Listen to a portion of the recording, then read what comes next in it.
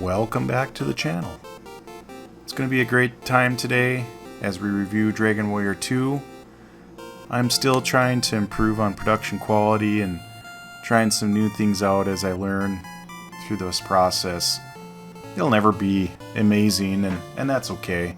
But I'm striving to suck less with each video, so hopefully I'm getting somewhere. Hope you enjoyed today's video. Dragon Warrior 2 is a very interesting game, and I have a lot to say about it. As the second entry in the Dragon Warrior series, there are vast improvements in nearly every way imaginable.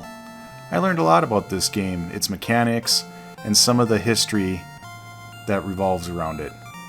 And learning some of these things as I researched this game made me appreciate all of its flaws and everything about Dragon Warrior 2, so I'm excited to share some of these things with you. You know, as I mentioned, this game is very, very flawed, and it's far from perfect, but we'll talk about that a little later. The story is a simple one. 100 years has passed since the hero of Dragon Warrior 1 saved the kingdom of Alefgard.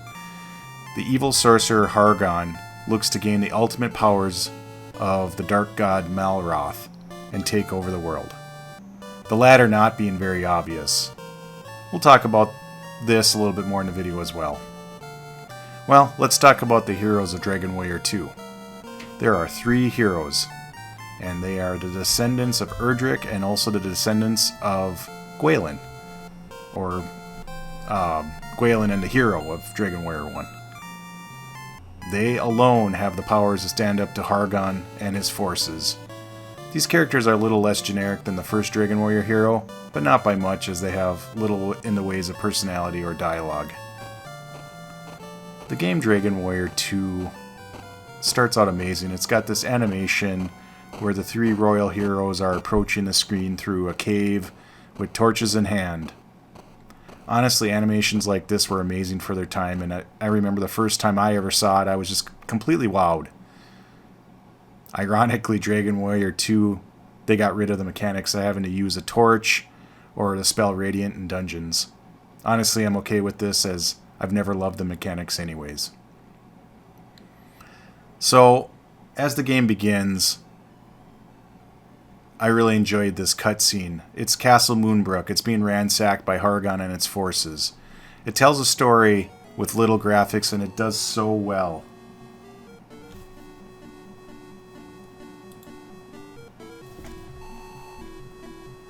You can see the battle, and the king trying to save his kingdom and Princess Moonbrook, and it's just, I remember as a kid this was just so epic. And I mean, there's not a lot to it, but they did such a good job of telling a story with just very little graphics and sound. Now, strangely enough, you know, you get the overlying story of Hargon and the evil forces here at the beginning in this cutscene, but you kind of don't hear a lot about Hargon as you play through the game. You know, once you start the game off, you're kind of just a guy in the world, and we'll talk a little bit more about that later as well. I actually owned Dragon Warrior 2 as a child. My folks brought it home from a rummage sale at random. I don't even think they knew that I had the first Dragon Warrior, that it was an RPG or what an RPG was, or that I even enjoyed the first Dragon Warrior. I actually enjoyed playing Dragon Warrior 2 as a kid, but I'd never actually beat it in my childhood. It was just simply too hard once the map opened up and once the storyline was non-linear. It was unclear what to do or where to go next. You know, for this reason, it really has some Ultima vibes. You're just some heroes in the big world trying to figure out what's next. You're talking to everyone, trying to put it all together, but it's not real clear. You're kind of just wandering around aimlessly in some ways.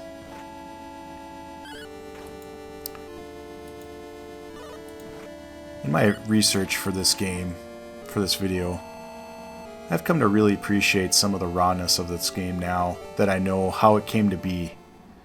Apparently, immediately after the first Dragon Warrior went to production, game development started. They built this game in 11 months, and that development cycle is where much of the issues came from. The staff of Dragon Warrior 1 returned along with some additional programmers. I guess the 11-month cycle was absolute hell and had long-term trauma effects on some of those who worked on it. Even saying that they have nightmares about developing Dragon Warrior 2 much later in life. As a developer of sorts myself, I understand. I've been on some projects. I understand completely. Since I've reviewed the Dragon Warrior 1 originally, I have found an art book of Akira Toriyama and the Dragon Quest games. I really enjoyed looking at the original artwork done for the game. I have laid some of the sprites of Dragon Warrior 1 on the left and some of the sprites of Dragon Warrior 2 on the right. When I originally learned that Akira Toriyama did the monster sprites for Dragon Warrior 1, I was a little surprised as I never particularly cared for the monster sprites in the first game. They looked odd or too cartoony or something. Seeing the original artwork, I can say they just didn't translate to the NES cart well enough. However, if you compare the artwork to the sprites on Dragon Warrior 2, they line in so much better. Just a little bit more detail and color. I always enjoyed the sprites of Dragon Warrior 2 and 3. The artwork translated really well. Better than they did in the first Dragon Warrior. I think if the sprites had translated a little better in the first Dragon Warrior, I probably would have enjoyed them just a little bit more than I did. And ironically, the sprites that I kind of like largely didn't change. You know, I always enjoyed the slime sprite, and that's pretty much the same, and the dragon sprite too, although it looks like it's been updated just a little bit. Another quick note is the original Dragon Warrior, there was 38 monsters, with 13 unique sprite types. In Dragon Warrior 2, there is 80 monsters with 36 unique sprite types. That's a major increase. Now, as this video plays, I'll have some of the Dragon Warrior 2 music in the background. The music composer Koichi Sugiyama ramped up the music in Dragon Warrior 2 as well.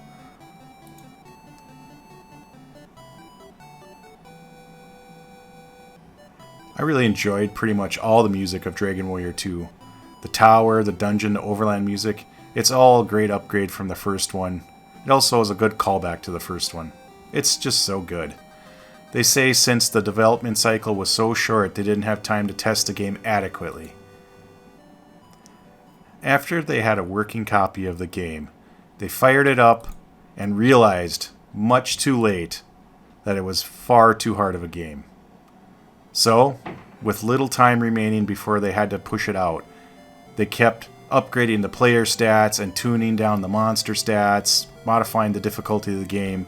They tried to limit the amount of monsters that could be in a group early in the linear part of the game. And even with that said, they were releasing versions of the game sometimes hourly and trying to replay it. But ultimately, because they just didn't have enough testing time, what actually happened is they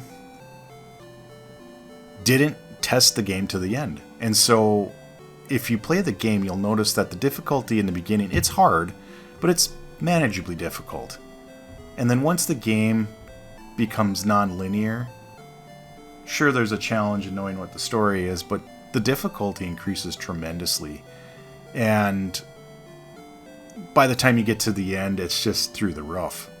And so that just really makes sense to me that they ran out of time to test it. And so they tested the beginning and the mid part of the game, kept making modifications, but every time they'd make a modification and produce a new version of the game to retest, they'd have to start over with progression and retest it. And so basically they just didn't get to test the end parts of the game, and they were what they were. Some of the things that make this game so incredibly difficult is each time you level up, it just is such a minimal difference. Progression is really slow, and it may take multiple levels before things even start to feel like they're getting a little easier. Kind of another interesting tidbit that I read is apparently the last save spot in Roan originally didn't restore your health. And they felt so bad that the difficulty of that end part of the game was so overpowered that they modified the American port of the game and made it so that the priest there would not only save your game, but basically would just revive all your characters and fill them to full. And that's something I can't imagine how hard it'd be if that wasn't there. That is something that is really important for leveling up at the end game. Well, we'll come back in a bit and analyze some of the design decisions and game mechanics that make this game so hard. But first I want to look at the localization. And this is the first time I've talked about localization. What localization is when they... Obviously, part of localization is translation from one language to another. But sometimes it also is sanitation. They'll take out things that maybe culturally don't make sense. And sometimes it can be language, and sometimes it can be gameplay or visuals. And so this game actually has some localization that has some sanitation. I've never appreciated this. To me, it's an art form, and if you have to ban certain graphics or it just seems like it degrades the art form. So I've always, just whatever the original developer, artists, whatever they did, just let it be. Never been a fan of that kind of localization. But this game, I had no idea that it had any of these cleansing for localizations.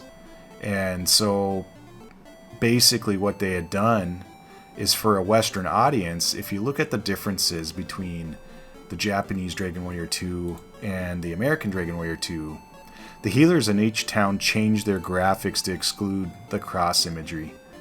Me personally, I like the Japanese look way better. It actually looks like it's straight out of Ultima, which is a Western game, which is ironic. But nonetheless, that was cleansed out of the American version of Dragon Warrior 2. Another interesting change was in the Japanese version, when the hero died, or a hero died, the other heroes dragged their coffin around. And so you could have one or two players dragging one or two coffins. I'm just going to be honest, I like the ghost better. It just seems it's easier for me to imagine that, two of your heroes have died and their ghosts are following along waiting for them to be resurrected, rather than the idea that the main hero is dragging the other two around in coffins. It's kind of silly to me. Kind of an odd one. In the last dungeon, they rearranged the sprites to not be a cross. Like, it's that big of a deal, really? But whatever, they did it. And the funny nitpicky thing about it to me is it actually changes gameplay. The spell Step Guard, as soon as you walk onto a tile that does damage, that spell takes effect. In American version, it takes you cast into more times because you're crossing non-damaging tiles and you have to recast it. So it actually is a design decision that is a little more inconvenient, or you just take more damage. You just say, what the heck? But it's just, I don't know. It's just kind of funny how these things happen. In general, I think the localization that they did on this game between the Japanese and the Western version, it's over the top to me. I just don't think it's that big of a deal personally, but I guess, I'm not running a company, I'm not marketing, I'm not any of these things, so how they come to these decisions, I have no idea. Well, let's move on. Let's begin breaking down some of the game mechanics as best we can and try to figure out where this game goes upside down. So let's talk about the heroes a little bit, and then we'll kind of go through some of the mechanics and kind of see where things get a little hairy. The first hero is the Prince of Maidenhall. He's a warrior tank with no magic and all combat. He wears heavy armor and weaponry. He's just a beatstick tank. The Prince of Canuck is the jack of all trades, and as such he's got some magic, some weapons, some armor, He's not really great at anything, but he can do a little of everything. You know, he's kind of the utility class, the red mage, the in-between. Finally, there's the Princess Moonbrook. She's all magic. So she's like the black mage of the group, if you want to consider. No combat abilities, no ability to wear armor for the most part. Can't equip weapons, isn't going to do any combat damage, but has more MP and more damaging spells. And then also as a healer, is a good healer. And so kind of a, you know, jack of all trades from the magic perspective. When you look at the layout and the dynamics of the three, it kind of feels good. It seems like sounds good, sounds fine, you know, it doesn't sound like a problem. But there's kind of some interesting things, some really unique design decisions, is once you get the Prince of Cannock and the Princess of Moonbrook, they don't start at level 1. They do start at level 1. But their levels are different than the hero's levels, the Prince of Maidenhall. And so, the Prince of Maidenhall, he caps out at 50. Meanwhile, Cannock caps out at 45 and Moonbrook caps out at 35. Now, if you look at the stat distribution and charting, I think they laid it out well. I think they put a lot of effort and thought into that design. If you look at the strength stats throughout the levels, it seems pretty good, and as expected, for the types of characters these heroes play. Agility also seems reasonable. More agility for the less armor capable. This allows them to depend on dodging more to make up for some of their low defenses from armor. This also makes sense to me. Hit points progression seems reasonable. The chart looks a little odd, but remember that Maidenhall will be a much higher level than Cannock and a much higher level than Moonbrook. Level 5 or 10 means very different things to each player, as their caps are different. Finally, if you look at MP progression, that makes sense too. With Maidenhall being the starting character and having no magic, it's a little rough, especially when all the poison mobs in the early game. So, you find yourself packing a lot of herbs and antidotes to try not to get too beat up. Nothing at this point in the game is too alarming on its own that would trigger me to think the game is exceptionally hard. Now, don't get me wrong, the game, even in the beginning, is hard, but I wouldn't call it, at this point, exceptionally hard. Let's explore a little further and try to understand where things break down. If you look here, these are the weapons of the game, and this is where some of the design decisions are going to start breaking down the game. It's an expanded list compared to Dragon Warrior 1, but there are some issues here. The Prince of Cannock gets their strongest weapon at like level 10 in the early part of the game before you get the Princess Moonbrook. Yep, he caps out with a spear at plus 20 attack. It's super lame. That's it. He doesn't get nothing else. They must have realized, and I've seen in documentation in later versions of the game, they expanded his weapon list to include other weapons as well. This is just plain old proof that, you know, it was a poor design decision to have him so restricted in the original game. And I tell you what, you know, you collect the Erdrick's sword, you know, helmet, shield, armor, and the Erdrick's sword is not the best weapon in the game, and you have it. And the Prince of Cannock in the original can't equip it, and you're like, I need to throw this, and I just struggle to throw it. I don't, like, it just feels like it should be the best in the game, and if it's not, then it feels like, you know, more than one of the descendants of Erdrick should be able to equip it. And so, I believe in later versions of the game, they also made it so that the Prince of Cannock can equip the Sword of Erdrick, which would help a lot. Well, you might think since the Cannock's a wielder of magic and combat, maybe Iron Spear is okay. Maybe that's good enough. But that's really not the case. We'll talk about that in a bit. But let's first talk about Princess Moonbrook. Princess Moonbrook for 95% of the game isn't worth using in combat.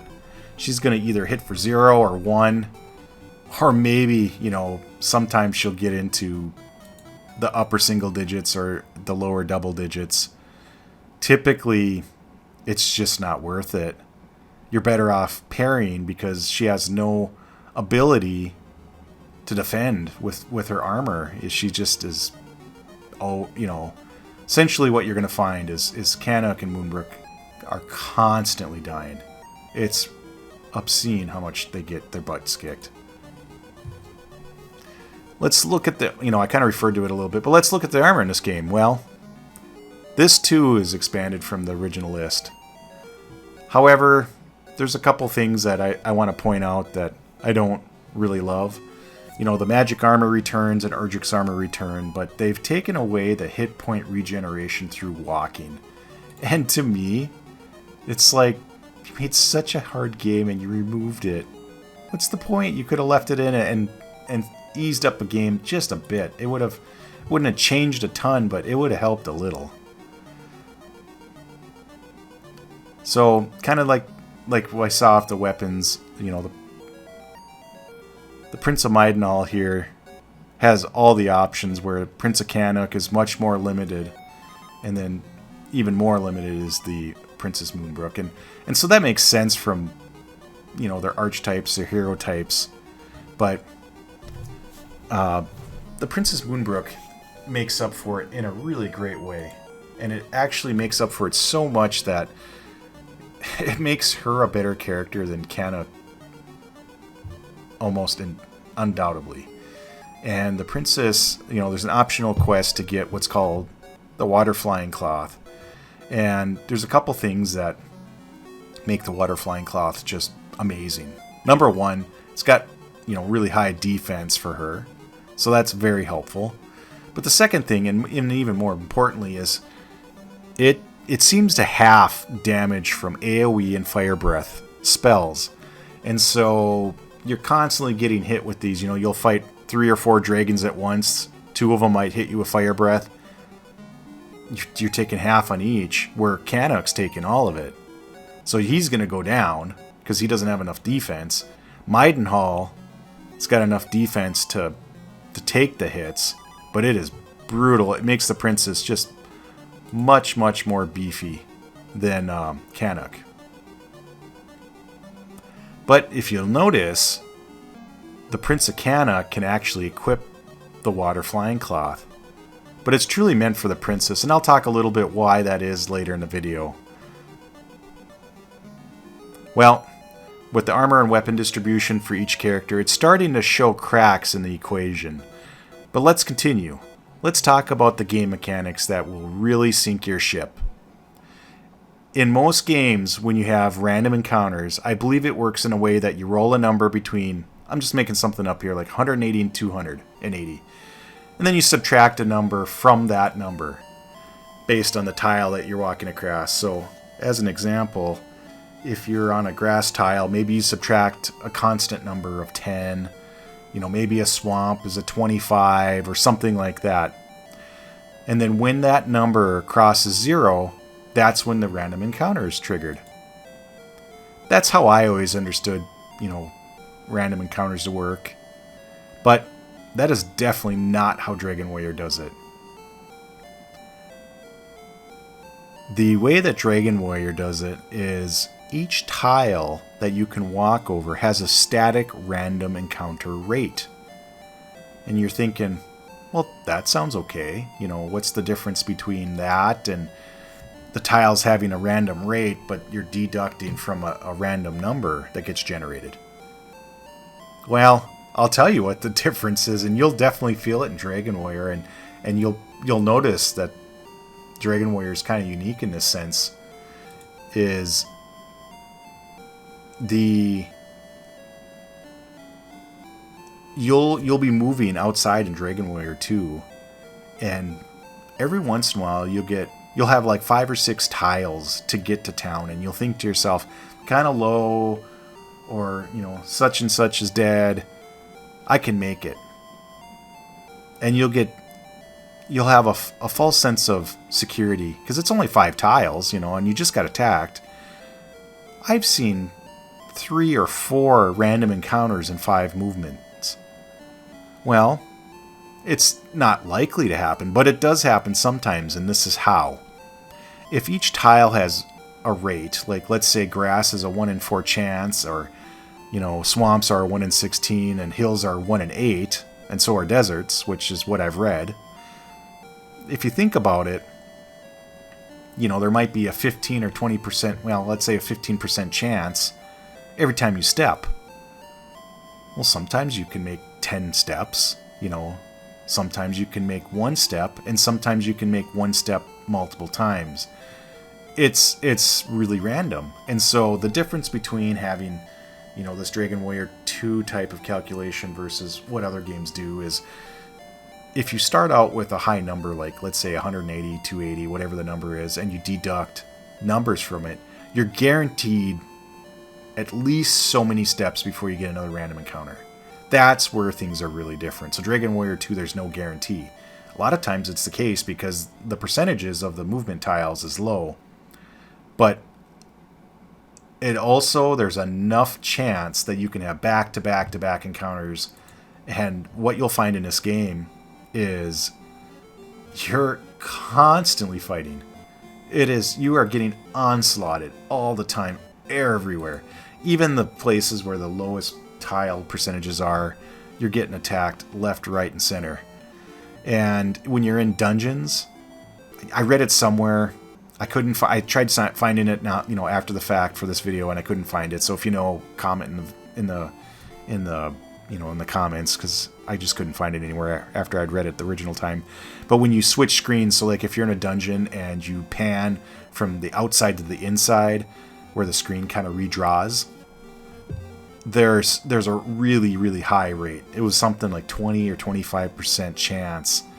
And so as you're exploring dungeons, on top of having really high combat rates, this mechanic is just bringing it on. And so you're constantly in this Rochambeau gauntlet with hordes of monsters, which honestly makes the game kind of fun, but you're also getting your butt kicked and you're just getting beat to heck. So it is frustrating too. With, I hate to say it, but with the random encounters being so high and survivability being such a challenge, with armor rating and defense power and progression on leveling, you're going to find yourself using the flee command.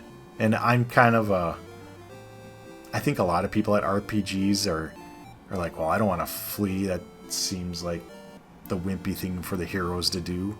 And so you try not to use it, or you don't use it, or the games are designed that you really don't need it. Fleeing is a strategy. If you try to be a macho man in this game, you're going to come across encounters that are going to break you. If it's 5 dragonflies and 4 of them breathe on you, you're just dead. You're just dead. 4 green dragons, unless you're highly overleveled, you're dead.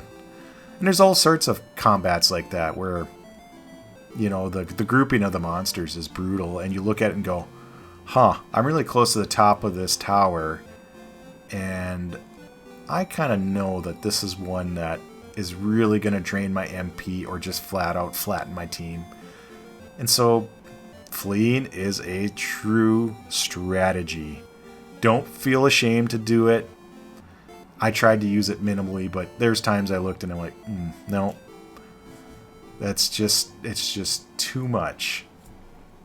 Well, let's I'm really dunking on this game, and I'm gonna dunk on it a little bit more. I promise I love it, but it's all interesting. It all kind of feeds into why this game is such a bugger. It's so hard.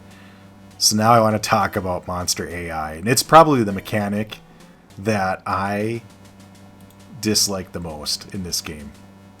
When monsters attack, they choose who they're attacking randomly.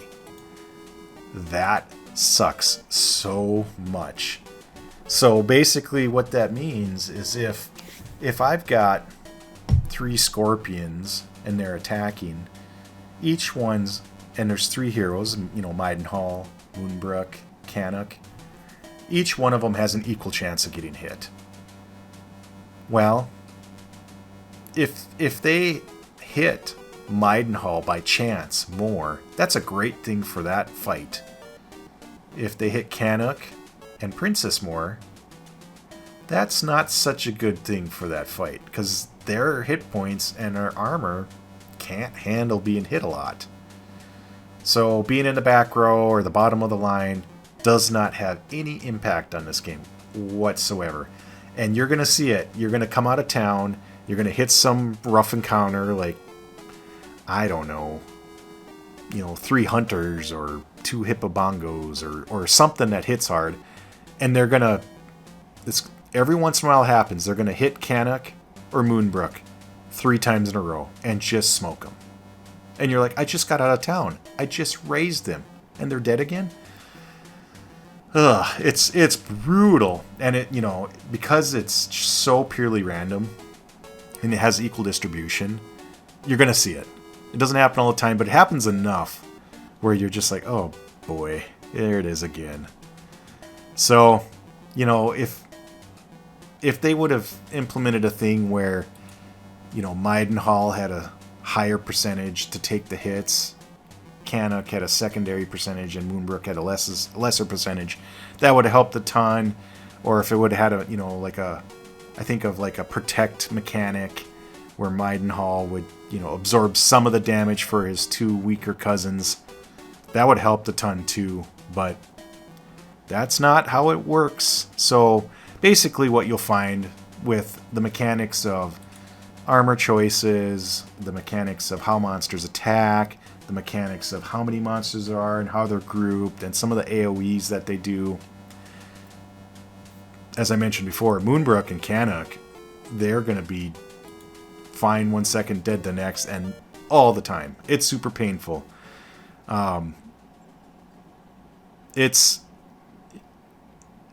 You end up raising them just non-stop, and it's expensive. It costs a substantial amount of gold, and so it's not that uncommon where you might be leveling for a half an hour and things are going great, and then you hit a patch of bad luck and kill both Moonbrook and Canuck.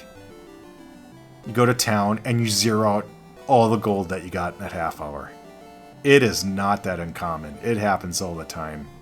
And kind of for the fun of this video, as we're talking, if you haven't noticed, I've got a ton of footage of Canuck and Moonbrook getting pounded time and time again. It's almost comical how bad they got beat up. And I'm sorry I played this game. I played through this game, let's think here. I've beaten the game twice. This is my 3rd time through, and I've got to the end probably 2 or 3 other times. And so I'm not really a newbie at this game, so it just goes to show this game's really hard. Well, as I kind of said, one final thing. Let's talk about magic. I almost forgot to talk about it, but magic's a little bit weak. It's unbalanced. When you get Canuck and Moonbrook in that early part of the game when the game's still linear, magic's really powerful. The only thing that's bad about it is your magic MP pool is real limited. But you can really turn the tides of battle with the early spells. One of the things that I kind of don't like about Dragon Warrior is everybody in Dragon Warrior has a percentage to land, a hard set percentage. So if you have a spell like Fireball and you're level 5, you've got the same percentage landing it than if you're level 50. It doesn't matter. And the spells, they have a hard set range of damage. In the early part of the game, it feels really good, and the mid part of the game, it's kind of very mid. By the end of the game, magic is kind of weak, and it's basically weak because number 1, the damage doesn't scale at all for the toughness of the monsters, and number 2, the monsters have too high of magic defense for magic to be all that useful. And so, at the end of the game when you're in Roan, honestly, you're just doing a lot of fighting. Or I was. I mean, maybe some people use magic, but I just found it so frustrating. So I mean, I did for a while, but as I progressed into the later levels, I just a lot of combat. And so the fact that magic is in my opinion, a little underpowered weakens how good Canuck and Moonbrook are. Well, I think now I'm officially done for putting this game down, dunking on it. Like I said before, don't be confused. I actually love this game, so I'm dunking on it pretty hard, but they're all valid points. But at the end of the day, I still think this is an amazing game. But let's talk about it. Let's talk about some other things here for a bit. You know, the one thing I'll tell you is I always would prefer an RPG to be too hard than too easy. I could, later on, there's a game that I got in my mind. I'm not gonna let it out now. Maybe you got the same one in your mind. RPG, way too easy, and I just don't like that game very much. It's just, but we'll save that one for a little day, or a later day, and we'll talk about this one. And sure, this one's too hard, but that's okay. Like I said, I'd prefer it that way. So, some of the things that are different between Dragon Warrior 2 and Dragon Warrior 1, I've already talked about the fact that there's much better art, music's a little better, gameplay's a little better, multiple heroes opposed to one, spells, armor, weapons are more expanded, the size of the map is huge. It's 4, 5, 6x bigger than the original map. But that's not it. There's other things that are improvements in this game over the original. One of them is, you guessed it, you can save in more than one place. Amazing. So you do have to talk to a king, but there are multiple kings, and there are a few sages and healers in this game that act as savers too. So basically, when you save, you're also setting your home point. If you cast the spell Return or use the Wings of the Wyvern, you'll go to that home point. So basically, you can set your home base and use that to your advantage.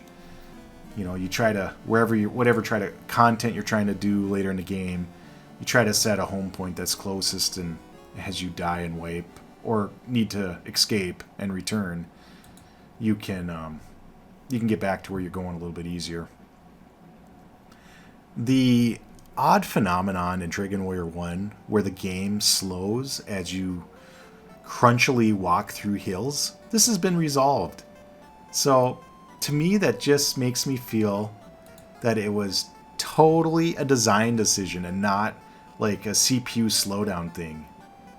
Another kind of convenience thing that they changed is, I already mentioned that they took away torches and radiant, so that's a nice thing.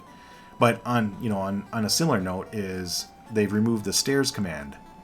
When you walk over stairs, it just activates. It basically teleports you to a different part of the map. This is nice, going into the menu to do stairs. There wasn't a lot of value in doing so. So I think for a console game, it just made a lot of sense. I kind of alluded to it briefly, but another big mechanical upgrade between Dragon Warrior 1 and Dragon Warrior 2 is there can be up to 8 monsters at once in combat, and often are. And the monsters are grouped, so you might have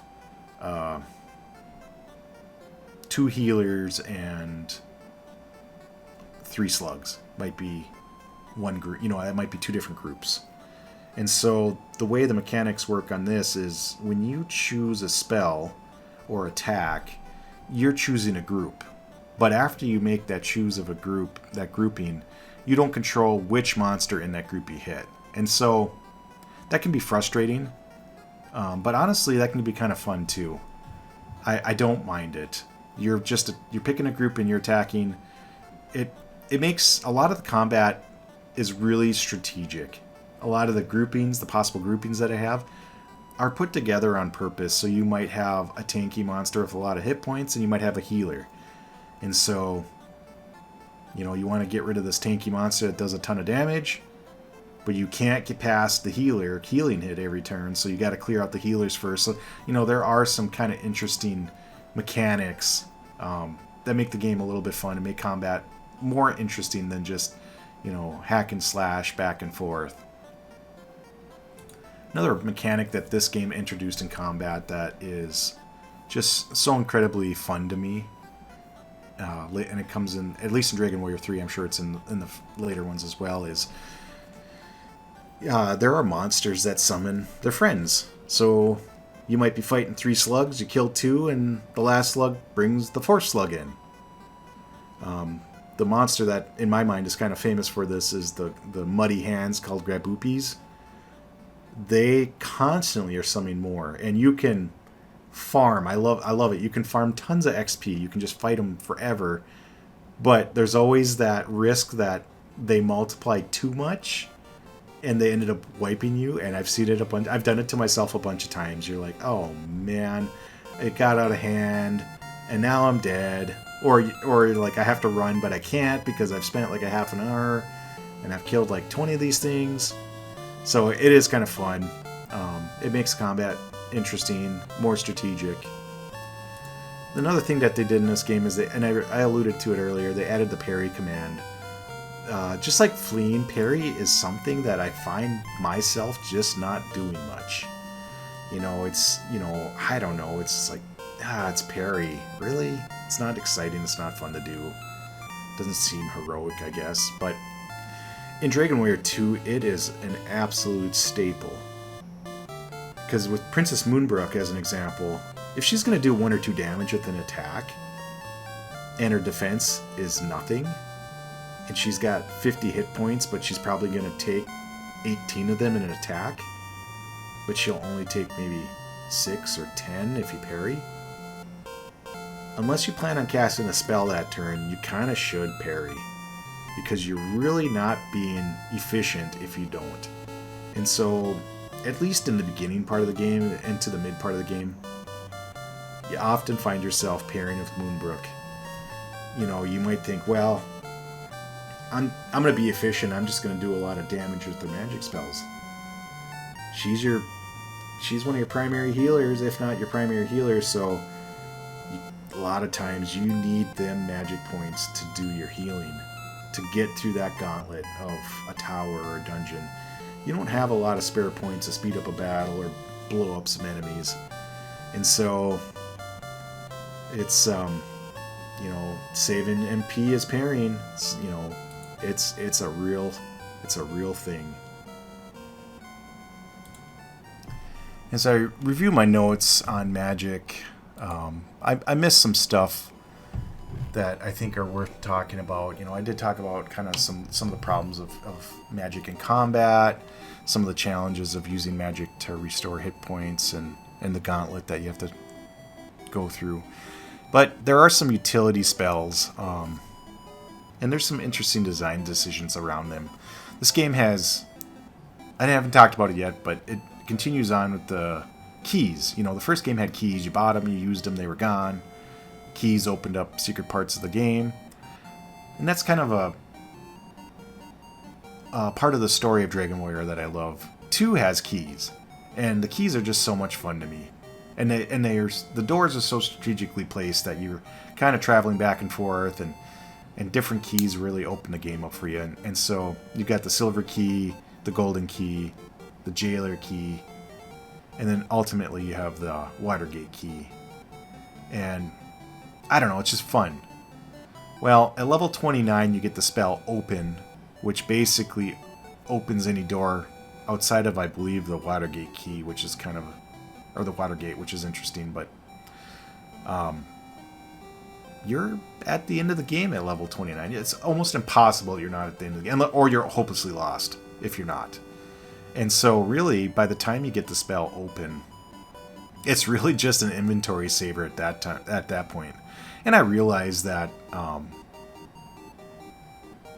you can't give the spell open before you would typically get these keys, but it just I don't know, it doesn't seem super helpful. It's so late in the game that you're like, oh, open.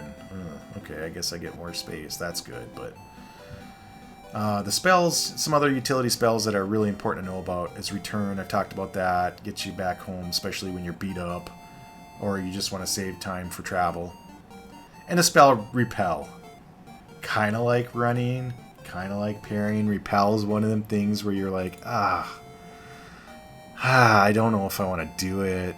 But what Repel does is I read the mechanics on it, and the gist, I don't remember the exact mechanics, but the gist of it is it uses some of your level of attack or strength, something along that line, and monsters that are underneath it don't attack you. And so basically what it does is it allows you to travel a lot further without random attacks. It really reduces the amount of random encounters you get. And there are times where you're like, I just need to get to this tower. I've died on it twice. I don't want to fight sea slugs on the way. I just want to get there and try to ramp up through it and see if I can get through it this time. And so you'll using Repel is really something you should consider, like I said, along with fleeing and parrying. It's just a tool in the tool chest that helps reduce the difficulty, even if it's a little bit. Another thing that's interesting and just incredibly frustrating is the Prince of Cana gets the spell Revive, and you're thinking, well, why is that frustrating? That sounds pretty awesome. You already talked about just how much money you spend in this game reviving the characters. But there's a problem, and I kind of alluded to it earlier. Since I always find myself equipping the Princess Moonbrook with the Water Flying Cloth, as the game goes to mid to end game, you're going to find that Prince Canuck is dying constantly. And so he can't revive anyone if he's dead.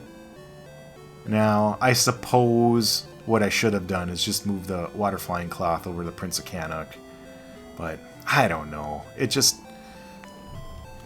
doesn't feel right. Another thing that makes Magic kind of laughable is the Prince of Canuck gets the spell Sacrifice, which is awful. And I think every game that has a spell like this I've never appreciated. But what Sacrifice is he dies, goes down to 0 hit points, kills all the monsters, you get no exp. Well, when are you going to do that? And if he's the only one that can revive, he can't revive himself if he's dead.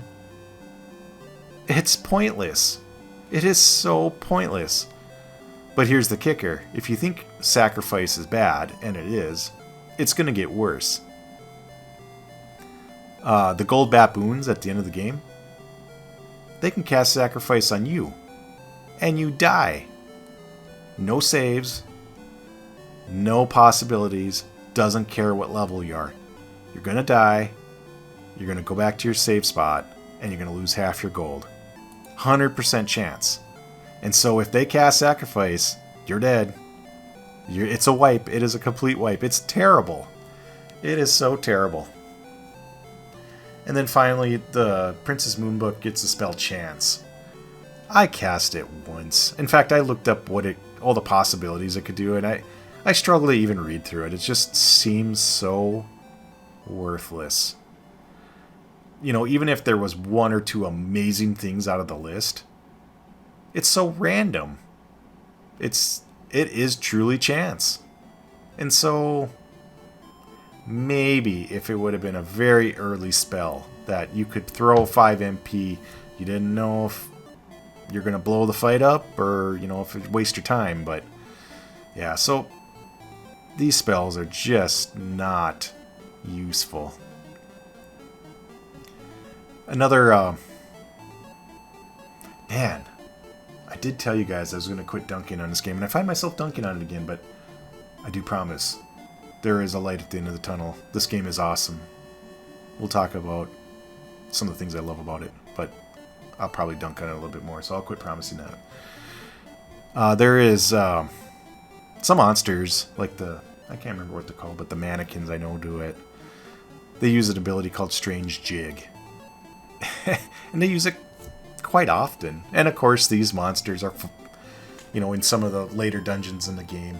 And they will drain 10 to 30 MP in a shot.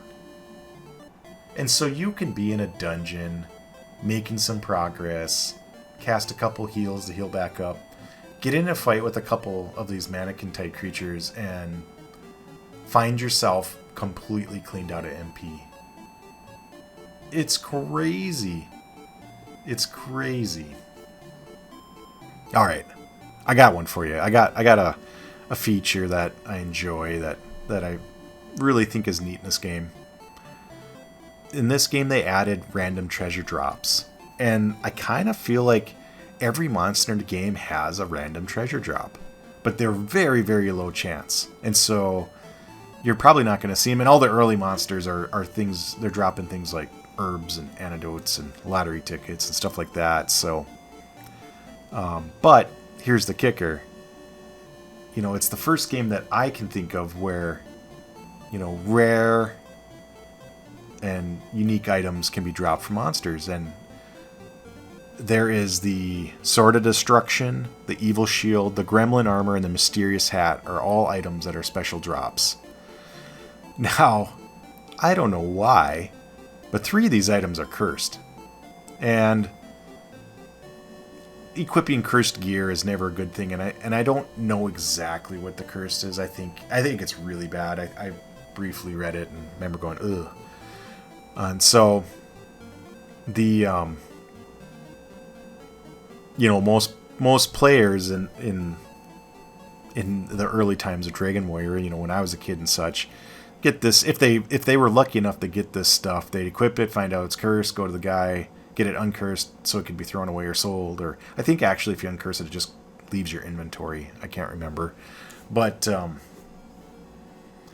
there's a really interesting, I don't know if it's a bug or design decision or a little bit of both, and we'll talk about it here in a little bit, where these items are really sought after because you can take advantage of them in a very interesting way. We'll get to that in a minute, but let's talk about the drops.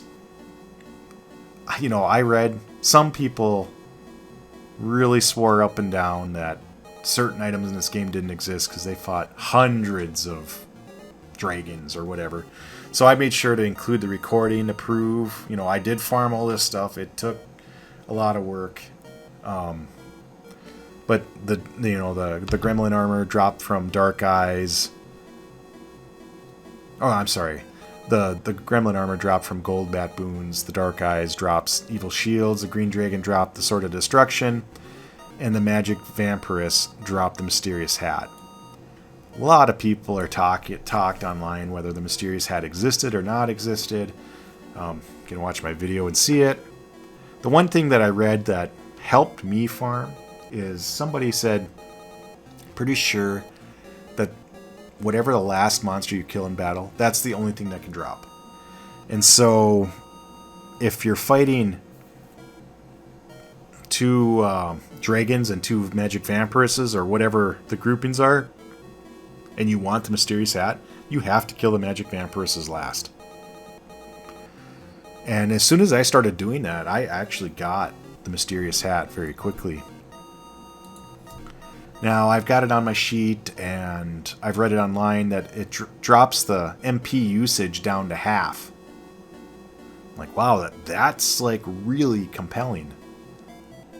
I tested it. It's not working for me. I don't know. I looked up the values of the spells, and I thought, well, maybe it's only combat, or maybe it's not combat.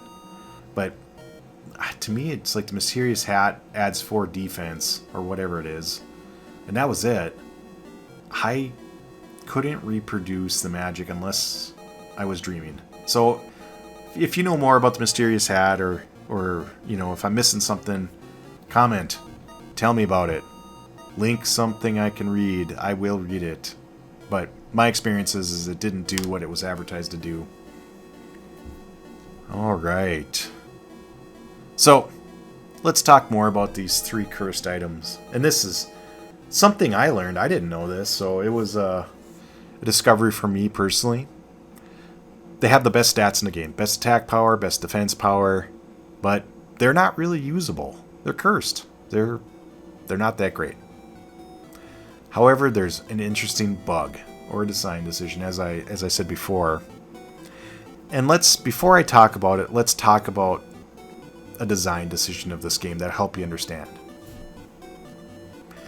If you throw anything that's rare or unique away, a key, you can go get it in the same place you got it prior. The game, from what I understand, is when they originally programmed this game, one of the first things they did is mapped out the memory to try to max it out. They wanted to, map out if you think of a puzzle, a lot of people, what do? They solve for the edges. Well, that's what they were doing. They were limiting the edges. They were finding how much room they had to do everything they wanted to do and work from there, right? You don't want to build a game 80% and realize that you're out of space or you can't push the game any further. And so I've read they decided on 3 heroes because the game would flicker if they did 4, as an example. At least with, the code they had for this one. Later games, I have 4, I'm pretty sure. But now,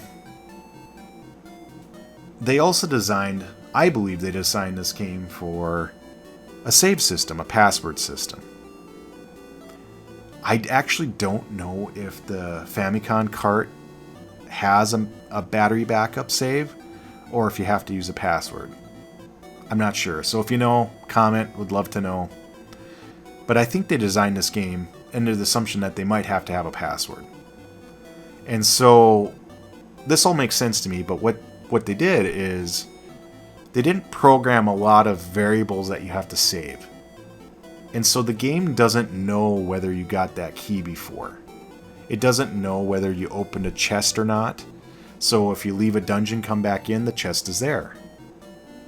There's certain monsters, like use the jailer's key in the bottom of the original town, and there's a clown that drops the Staff of Thunder.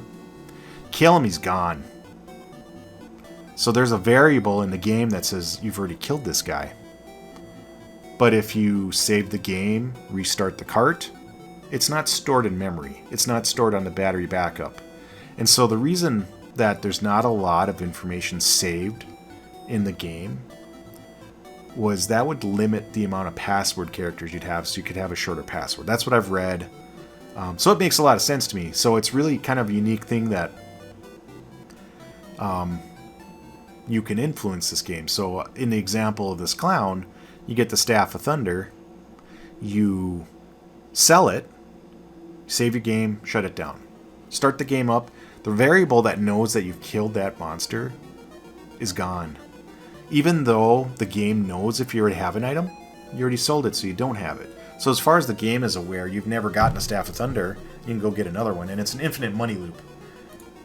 I kind of knew about this money loop. I didn't remember how it worked. I didn't use it personally because I wanted to see, I wanted to play this game not as a cheater, if you want to call it that, although it's not cheating because the game supports it. But, I kind of want to play it naturally, let's say, and see how much gold problems were. I didn't want to max out my gold and then be like, well, make this game easier artificially. Another thing that is interesting with this design decision is, and this I did not know. I kind of wish I did because I probably would have done it earlier, but then again, the story that I'm telling you wouldn't be as interesting, perhaps, if I had done it earlier. You can actually get 2 water flying claws. And so this is how you do it. It's the same type of thing. You go and get the loom, you get the dew yarn, and you talk to the weaver. And he says, hey, this is kind of a unique thing. He says, hey, I'm going to give you the water flying cloth, but I can't give it to you yet. It's going to take some time. save the game. You go get another dew because you don't have it. You get more, another loom or whatever I can't think of what it is, whatever that item is. You get a second set of them.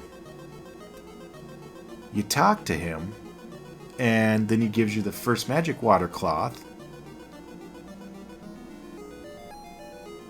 And then you give him the items, and then he doesn't check to see if you already have one, so you can get a second one.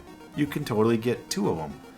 And so that really changes the game, because Prince Canuck is so weak, as I've mentioned before. The fact if you can get him enough defense through this item, and you can get him half damage on spells, that really is a game changer. And so as soon as I did that, I was near the end. I had my characters mostly maxed out. But it, all of a sudden, instantly, Canuck was way better. Way better. Now, the thing that I mentioned earlier is, it was the first time I was doing this, so I was trying to get all the steps down correctly, and I kept talking to the Weaver, and he kept not giving me the item. So I'd save the game, I'd reset it, talk to him, same thing. I'd try going to another save spot, coming back. I just couldn't get him to give me the water flying cloth. Well, it turns out, and I figured it out by chance, the message he was giving me was basically come back later, which you're like, oh well, I reset the game, I came back later, how come you're not giving it to me? But he will not give it to you if Princess Moonbrook's inventory is full. He will only give it to her. And so to me that means it was meant for her, right? And when you were ready to get the second one, what do? You give it to Canuck. She doesn't have one. He says, here, have one because you don't have one. And there you go. Boom, you got 2. So that's one thing. Interesting design decision that kind of changes the game. But now for the final thing, and we're getting back to these cursed items, that's interesting. When you go to Hargon's castle, it's an illusion of Maidenhall. And you have to break that illusion. But here's and I didn't even remember this, and I actually got smoked by it. But if you buy herbs or antidotes in the shop, they go to inventory. If you go to the inn, it fills up your HP and MP. However, if you walk over the tile that teleports you, it doesn't do nothing. So it's kind of sus, right? You're like, oh. I already knew it was an illusion. I mean, I played through, so I knew that. But the second you leave town, the illusion resets. So the game remembers what your hit points are, what your magic points are, what equipment you had equipped, what items you have. And everything that happens in the illusion is that. It's an illusion. So I left town thinking I was at full, got into one fight, realized I was still weak, died. I'm like, oh, yeah, wow. So that's really interesting. That's kind of a really unique thing that's going on there. And it turns out that it's something you can take advantage of course. So, you have a sword, the Falcon sword. It attacks twice, but it has incredibly low attack power. It's pretty useful. It's a good sword, but it's not as nearly as good as it could be. Well, why don't you come into the final dungeon with that, the illusionary Maidenhall. You're going to equip all the curse gear, and you're going to, and including the Sword of Destruction, and then you're going to leave. When you leave, the game puts back the original equipment. But the bug is this: it doesn't reset your attack and defense levels. And so basically you are wearing a Falcon sword that attacks twice, but you're using the Sword of Destruction's attack power. And so that's massively powerful. You're getting the extra defense bonus from the curse gear, but you're not wearing the curse gear. Now, if you level up, it readjusts the numbers, and the illusion's gone, or the hack is gone. But kind of an interesting thing and how people figured this out. I mean, I guess it's not that hard. If you looked at your stats, you can see that your defense or your attack power is raised. So I definitely, for that reason, had to farm up all this cursed gear. It made some of my grinding kind of interesting, because I spent some grinding on each of these monsters to get the cursed gear, but kind of really unique, really interesting design decision and programming flaw together to basically break this game in a way that makes it less difficult.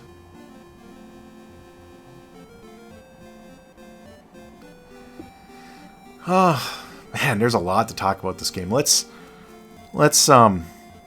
talk about, the story a little bit. The Hargon's the evil wizard, and you get a blast of story in the first 2 minutes of, with that cutscene. Doesn't talk about Malroth. A couple characters that, random NPCs you talk to will mention Malroth. So Malroth isn't really understood. In fact, I didn't understand who Malroth was. I actually thought that Malroth was just Hargon's second form. Kind of like in Dragonlord, right? You fight the little wizard Dragonlord, and then you fight the dragon. I didn't realize that Hargon is trying to summon this dark power. And so, this is kind of funny. I know that this is not the story, but just hear me out. It kind of makes it fun for me. This game reminds me of Ultima so much. As soon as you break through the beginning part of the game, where it's very linear, and you get the ship, and you're free to do what you want, it is so much like Ultima. The world is your oyster, but you have no clue. And so I remembered some of the very hard to find things. But I tried to talk to all the NPCs to really assess, are these things you could figure out, is there enough clues or not? And the answer is, almost. There's 5 seals, and that's how you unlock Rhone. And there's more to it than that, but you have to collect these 5 seals, but they're not all obvious. One's obvious, or one's kind of in the way, you kind of run into it. Two you run into it. There's 3 that are a lot less obvious, one of which is incredibly obscure, and the clue for it is ridiculous. Well, they added a mechanic to help you if you're really stuck, and there's a quest where you get something called the Echoing Flute. I actually never got it in any gameplay because that quest is so obscure. I never figured it out. If you had the Echoing Flute, you could play it in a zone, the flute would play, and then if it repeated back to you, that meant there was a crest there. So that was like the solving, but the quest to get the item to help you solve if you can't figure out the clues itself was too mystic. Ugh. But like I said, I did remember some of them. Actually, a couple I ran into accidentally. I told myself I wanted to play this game without any internet, looking up anything on my own. And here's what I found. The game map is so huge, and travel's kind of slow. That's a little frustrating. That eventually I had to look up a map. It's just so big, and I was so lost. I give in eventually, and I'm like, you know what? I know where I want to go. I can't figure out how to get there because it's such a huge world. I'm going to peek at that map.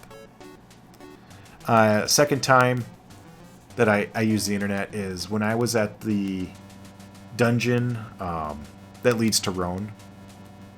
I figured it all the way out to the absolute bottom, but there's these pitfalls at the bottom. And they're in such random places, and there is so many of them.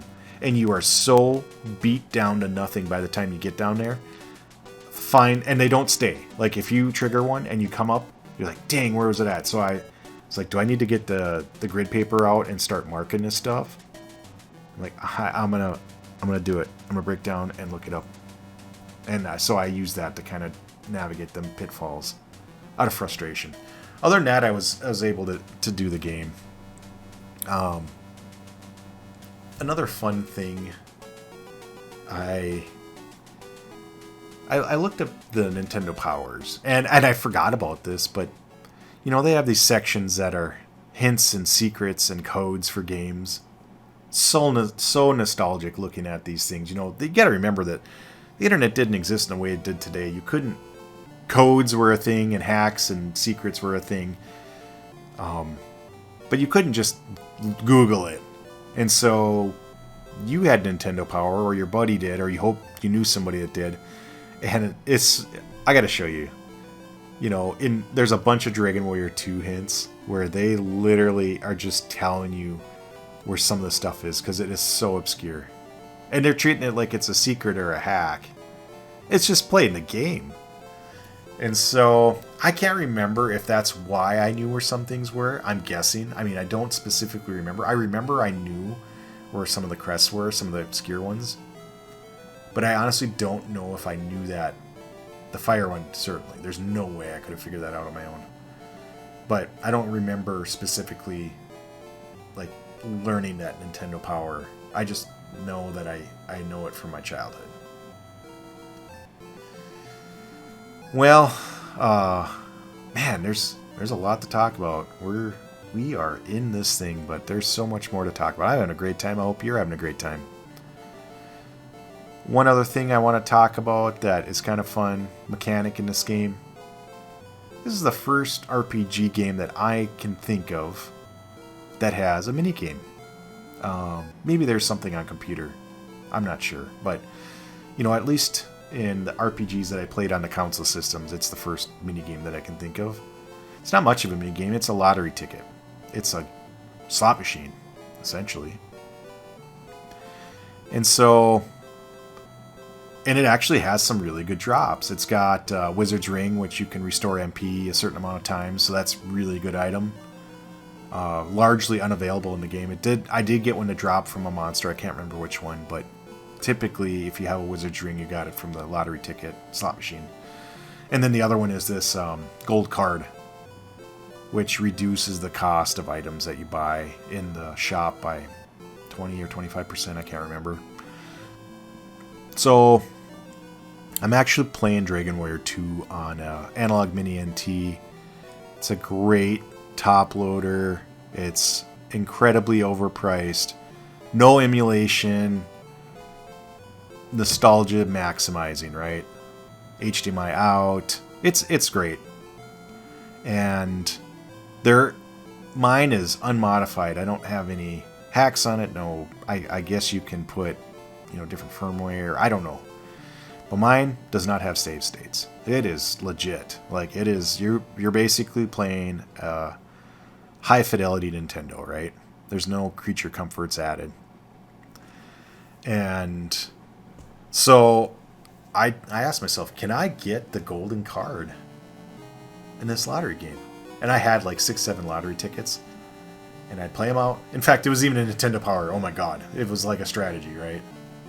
So, play out my 6 cards. And if you get 2 out of 3, you get another card. So sometimes you play 8-9 times. Didn't get it. Reset the game, reload, tried it. I did that for, 45 minutes, an hour. I did not get the golden card. I didn't even get close. And I couldn't find a way to, try to tune my eyes into the reel spinning or hit A button at a certain timing to get it. Nothing seemed to do it. If you got a Retron, or you're playing this in emulation where you can save states, you can just play it through, right? You can just reload. Okay, I got 1 sun. Reload, 2 suns. 3 suns. Boom, got it. But I would say these games are very lottery, or these items are very lottery-like in that you have to be hitting the jackpot to get them. To get them naturally, I've never done it naturally. I couldn't force it by loading, doing it legit. So, kind of fun. It's a mini game, kind of neat. There's also I love this one. I didn't try it myself, but early in the game, there's an infinite money loop. If in this first town, if you buy antidotes for like 7 or 8 GP, sometimes a vendor will say, hey, thanks for all your business, here, I have a lottery card. Well, what you do is you buy all these antidotes, get the lottery card, and the lottery card's greater than the cost of the antidotes. And the antidotes, there's like a 1 in 7 or 1 in 6 or 1 in 8 chance of getting a lottery card. And so you can basically just, I think of like an MMO. You know, there's always these people that figure out that I can buy an item from the vendor here and sell it slightly more to this other vendor here, and now I found this infinite money glitch until the developers of the game find it. So it's a really early version of that. It's an early version of the infinite money glitch, the vendor glitch. Kind of funny.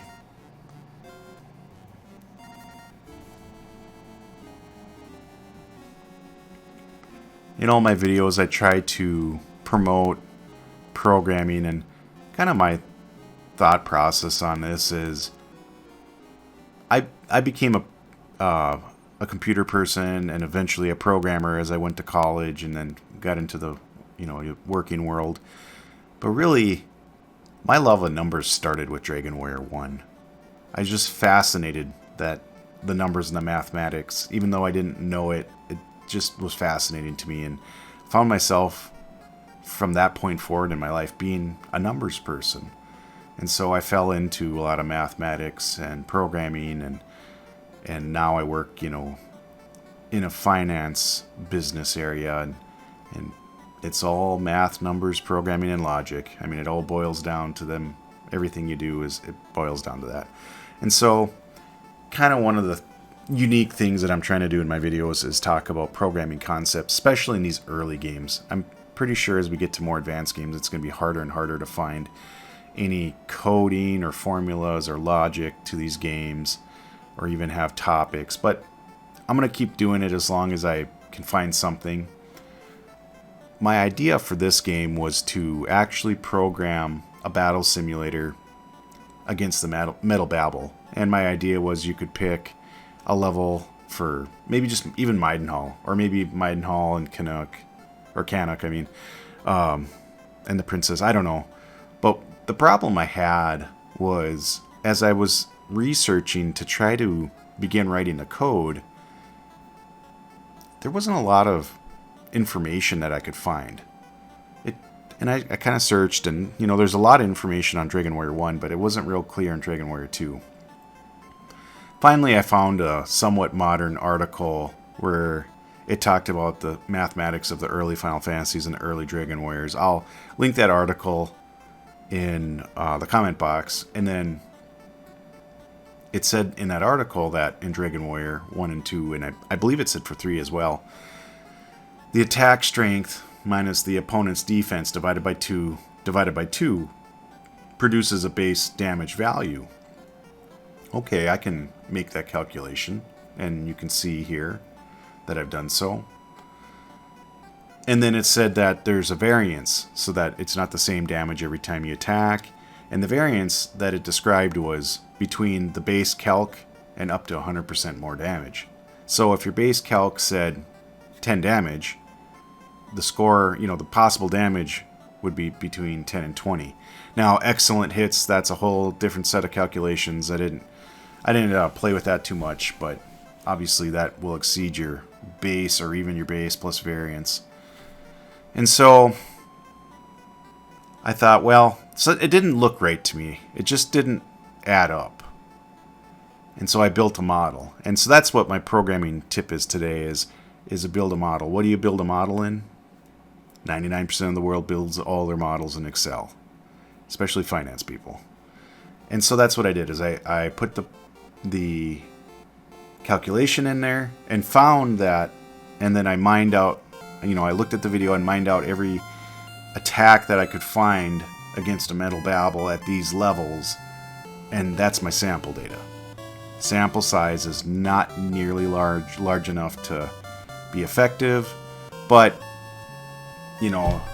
I'm more trying to point out what a model does and kind of show the concept, so I wasn't too worried about it. And so I looked at the sample data set, and that's when I knew that the calculation that was in that article, at least for what I was looking at, didn't add up. It didn't make sense. And so I built my model to say, okay, I'm going to program it, write formulas basically that allow me to input different percentage variances to see when my calculated min and max align with my sample data. And what I found is, like I said, there's not enough sample data. It's only one monster. You got what, dozen plus samples there, so it's not enough data. But just based on me playing around, it seems to me that you apply the calculation as they said, and then the variance is really plus 25 to minus 25%. And if you look, what I calculated for Maidenhall's minimum damage was 47 if you round up, and for maximum damage 78 if you round up. And all the values that I had in my sample data matched that. On the same token, Canuck was a min of 12 and a max of 20, and once again, all my sample values fell within that range. And so, it's not perfect. I'd have to do a lot more data to prove it, but basically what I wanted to show is whenever you have something that you're not sure of, and this is why business people do it all the time, you have a what-if scenario, like what if my variance was 8%, 9%, 100%? What if it was just positive, not negative? You can model these things, and that's really what you're doing, is you're building a set of rules, a set of assumptions, and then a moving variable that you can do what-if scenarios on. And that's really what a model is you're just trying to see where the data falls, model it. People write models all the time in businesses. Finance people constantly are writing models to look at aggregation, or what if I did this project or didn't do this, or bought this asset or sold this asset, that kind of thing. So just thought I'd show you a model. That's my programming tip for this video. Hope it was interesting to you. Let's look at the analytics of Dragon Warrior 2. The first chart I got is the sales statistics, and if you look at it, it's kind of interesting. Dragon Warrior 1 was a big hit in Japan and a big hit in the United States. Final Fantasy 1 kind of trailed a little bit, but big hit too. Dragon Warrior 2 was an even bigger hit in Japan, but it was not a big hit in the United States. And so that actually brought down the total sales to be less than the first Dragon Warrior, but still double the sales of Final Fantasy. Now the caveat to these statistics is always that this is off the internet. I didn't work for the company. I don't know what the real numbers are, but it gives you an idea anyways. And so I kind of wondered, why would that be? Well, you have to remember that in the United States, that Dragon Warrior 1 was packaged with Nintendo Power, and so that a lot of people got that cartridge because of that. And I would imagine a bunch of them, like myself, fell in love with console RPGs, while other people realized that console RPGs aren't for them. Now, the other thing that's probably the case is, I'm sure Dragon Warrior 2 in America at that time didn't get a lot of attention because of its difficulty level. I'm sure that the American audience didn't talk about it, it just wasn't popular because of its difficulty level. I think the Japanese, all anecdotal, but my experience has been they seem to be interested in really difficult things or games, that kind of thing. Whereas the American audience is not as into that much grinding. Like I said, that's just me. Don't have any data to back that up, just kind of a feeling. It's all anecdotal, but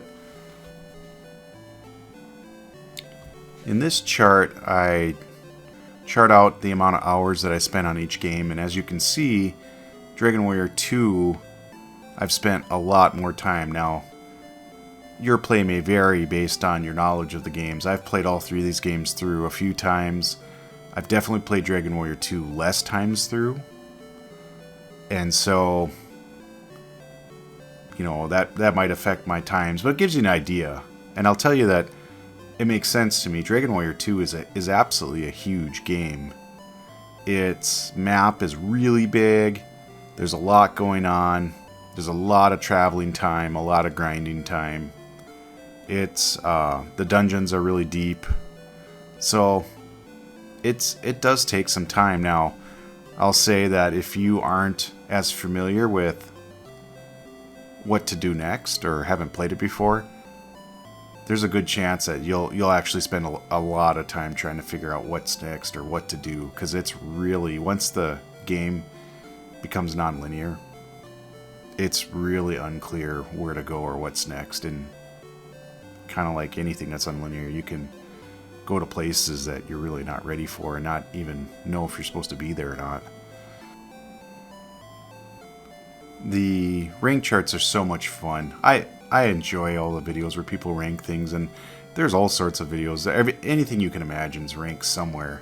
And a lot of times, people that post them videos do really well with them. So it's kind of fun for me to think about it. And when I thought about the 3 games that I've done so far and my cumulative ranking based on how much I enjoyed the game and based on the timing of when the game was, I have to definitely put Dragon Warrior 2 in the A rank, second spot, behind Final Fantasy 1, above Dragon Warrior 1.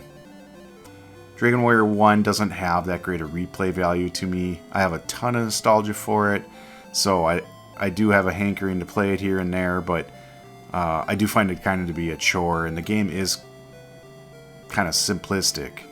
And so Dragon Warrior 2 solves all them problems. It's not simplistic at all. It's a much more complicated game.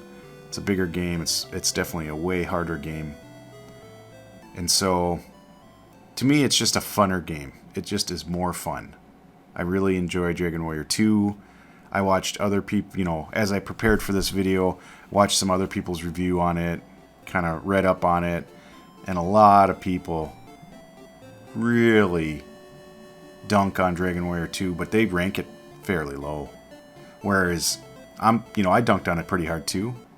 But I love the game. When I played it as a kid, I didn't even know that there was anything wrong with it other than it was hard. It was a difficult game, and it was unclear what to do. That was probably the only thing I knew that was wrong. It was just so cryptic. But other than that, you know, I never felt like the game was flawed when I played it in my childhood. It didn't feel flawed, it just felt difficult. This is the company ranking chart, just like the game ranking. And so based on the 3 games that I've played so far, I definitely have to move Enix into the winner category at this point. Because Dragon Warrior 1 and 2 together against Final Fantasy 1, I think Enix has got Square beat. Ironically, you know, Square in Final Fantasy 1 had the Erdrick gravestone, and, you know, here lies Erdrick, and kind of the prophetic, we got you beat with our game. But I really do think that even as flawed as Dragon Warrior 2 is, it's the amount of improvement, and at the time that they did it, it's just a great game. It's just an amazing game. So probably a lot of folks don't agree with me if they would do the same ranking based on kind of my criteria. But at this point, you know, I'm definitely putting Enix in the front as the front runner. In the timeline chart, I actually added the Famicom carts along with the NES carts, and I think that's important because that kind of tells you a more story, right? So if you look at Dragon Warrior 1, Japanese release of 86, Dragon Warrior 2, a release of 87, right along there with Final Fantasy 1. And if you look, there was basically a 2 to 3 year lag for Dragon Warrior 1 to be released, and kind of similar story for Dragon Warrior 2 and Final Fantasy. And so I just think that layering this on is going to be really interesting, especially as we get into Final Fantasy 2. I don't know anything about the development of that game and the timeline of that game, so I'm real curious to add to this to see kind of how that measures up in this timeline. And, you know, the story that it generates. And then it'll be even more interesting when we start getting into the next era games, which would be your, you know, past Final Fantasy 3 and Dragon Warrior 3 and into that era, Super Nintendo era. So, I don't know. I think adding the Famicom carts into this timeline image is pretty interesting. Gives you an idea. My final chart is on the YouTube channel itself. Why not? So, I'm actually kind of thrilled. Honestly, if I would have got more than 10 or more than 50 views, I'd have been happy. It's hard to get views. I don't have any grand expectations, but I got 324, you know, as the time of this recording, I had 324 views on Dragon Warrior 1 and 622 views in Final Fantasy 1. I think that's amazing. I feel like Dragon Warrior 2's not going to do that good, just because it's not that popular of a game. But we'll see. And I'm curious to see as the next game I'll start playing is Final Fantasy 2, which I've only played through once, so I'm excited to play it again, but I'm also a little scared because that game is raw. To see how Dragon Warrior 2 does during that time, and then, you know, after I finish Final Fantasy 2 to kind of recompare this chart and see how things have changed since then. So, with that, this is Dragon Warrior 2. Dunked on it a bunch. Great game. I actually love it. It's a very interesting game. You should give it a shot. If you don't like hard games, probably not for you. If you like hard games, it's a great game. Appreciate everyone's comments. I read your comments. Please like, subscribe, do all that. I hope you enjoy the video. If you made it through an hour and a half of Dragon Warrior 2, you're a marathon runner. Great job. You know, good, bad comments, throw them at me. I'm just a guy that has very little time that wants to talk about it, so don't have the best production quality, but I'm having fun doing it, and hopefully you're having fun with the conversation, because I'm trying to do something different, unique, fun. These old RPGs are just a great passion for me, and so replaying them is just so much fun for me. Sharing it with you guys is a lot of fun. So, like I said throughout the video, if you know anything I don't, comment. If I got something wrong, throw it at me. Got some suggestions to make it better, I'm all ears. Don't like it? That's okay, you know. Let me know. Appreciate you trying. But with that, this is the end of Dragon Warrior 2. Next game, Final Fantasy 2. I'll probably be firing it up on the Analog Mini here, hopefully tomorrow. I'm a little scared. That game, like I said a minute ago, is raw.